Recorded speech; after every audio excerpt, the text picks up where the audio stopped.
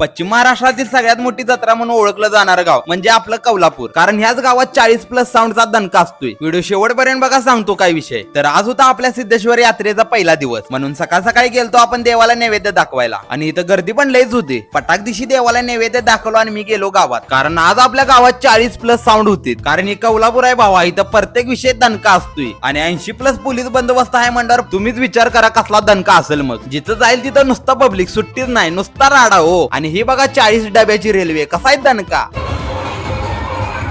इकडे गेलं traffic jam, तिकडे गेले ट्रॉफिक जाम, नुसता पब्लिक. तब्बल 3 तास ट्रॉफिक जाम झालतं, एवढी गर्दी होती. एवढ्यात लागली इथं कॉम्पिटिशन.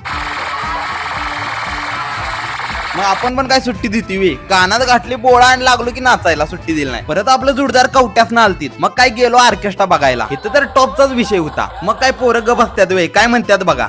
दणका पाहिजे, मामानं खरोखरच दणका आणला. इकडं दणका बघून ह्यो लागला इकडं नाचायला बघा.